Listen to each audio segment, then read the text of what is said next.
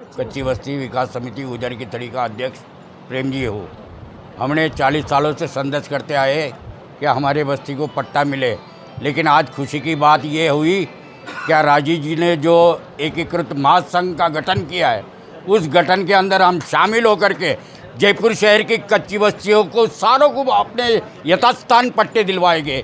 ये हमारी मेहनत होगी और हमारे जयपुर शहर के कच्ची बस्ती के लोगों का उद्धार हम करने के लिए मैदान में उतर पड़ेंगे, समझे ना। यही हमारा आखिरी लक्ष्य है।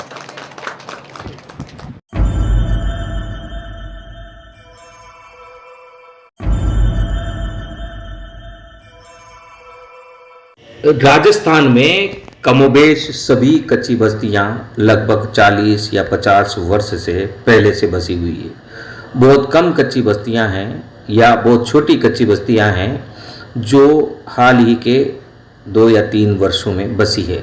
कोरोना काल के कारण भी बहुत सारी कच्ची बस्तियां बसी है। मजबूर लोग क्या करें, आखिर कहाँ जाएं? लगातार लोग इनके बीच में काम करते हैं। कच्ची बस्तियों के संगठन भी बने हुए हैं, लेकिन वे संगठन गौण नजर आते हैं। वे संगठन कहीं भी नजर नहीं आते हैं।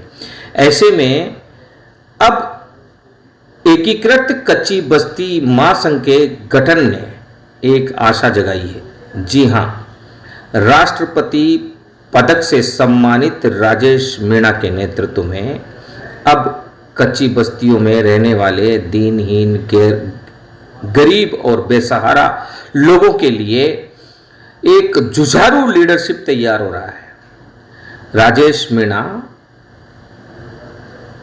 चिर परिचित चेहरा है और समाज सेवा के लिए जुझारू और संघर्षशील व्यक्तित्व है, ईमानदार व्यक्तित्व है। एक और जहां कच्ची बस्तियों में भूमाफियाओं से मिली भगत कर जमीनों को बेचने का, खरीदने का गोरख धंधा चलता रहा है, वहीं दूसरी ओर कच्ची बस्ती के निवासियों को दल विशेष के लोगों ने सिर्फ अपनी भीड़ का हिस्सा बना है। जी हां, कुछ लोग कच्ची बस्ती के नागरिकों को सिर्फ और सिर्फ भीड़ बनाने के लिए सभाओं में, राजनीतिक सभाओं में भीड़ बनाने के लिए लेकर जाते हैं, लेकिन उनके दुख दर्द को कोई सुनने वाला नहीं। कई कच्ची बस्तियों में गहरे गहरे खड्डे हैं, कई कच्ची बस्तियों में मकान नीचे दब गए हैं।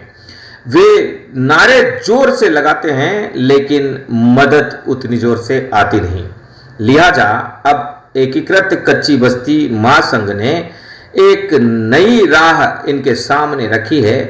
इन लोगों को गैर राजनीतिक रूप से संगठित कर और सत्तारूढ़ दलों से लोहा लेकर आगे बढ़ते हुए इनको नारकीय जीवन से मुक्ति मिलने की आशा जग चली है।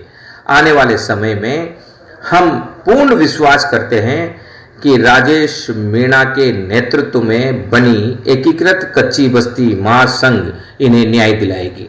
एक और जहां कच्ची बस्तियों में एक व्यक्ति धनाढ्य है और वहीं अधिकतर लोग गरीब हैं, उस असमानता को दूर करने के लिए किसी न किसी योग्य व्यक्ति का नेतृत्व जरूरी था।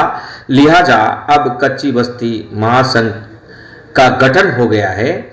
अब तक कच्ची बस्ती महासंघ के नाम से जितने भी संगठन बने हुए, उनका रजिस्ट्रेशन नहीं था। आश्चर्य होता है कि कच्ची बस्ती में जो रजिस्ट्रेशन के बिना संगठन चल रहे हैं, वे किस तरीके से काम कर पा रहे हैं, किस तरीके से वे आगे बढ़ पा रहे हैं।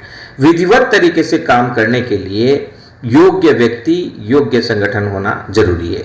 आइए सुनते हैं इस दिशा में आने वाले समय में हमें क्या क्या आमूल चूल परिवर्तन देखने को मिलेगा।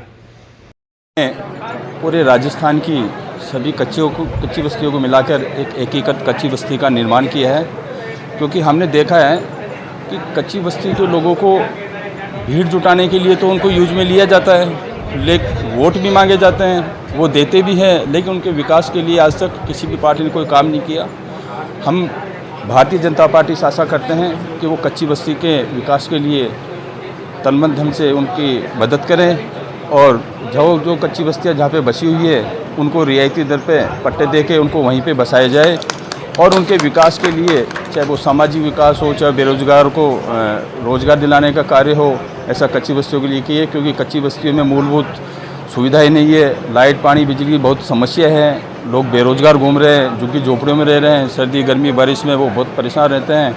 तो हमने ये निर्णय लिया है कि राजस्थान सरकार में भी भाजपा सरकार है, केंद्र में भी अगर भाजपा बनती है, पैरेलल पार्टी बनती है, तो वो मिलके काम करती है। क्योंकि एक जगह कांग्रेस रहती है, एक जगह बीजेपी रहती है, तो कहीं ना कोई बीच में बाधाएं उत्पन्न होती हैं। और सरकार अब एक रहेगी और हम सारे कच्ची बस्ती वालों से की तरफ से आश्वासन देते हैं कि अब की से 100% हम भाजपा सरकार को वोट देंगे, हर प्रकार से मतदान करवाएंगे। और सभी कच्ची बस्ती वाले हम प्रण भी लेते हैं कि अब की जब भाजपा सरकार भारी बहुमत से जीत के आएगी तो हम जानते हैं कि हमारा विकास भी उसी अनुरूप होगा। और हम आशा भी करते हैं कि सरकार हमारी जो भी विकास की समस्या है उनका निवारण करें। राजेश कुमार मीणा।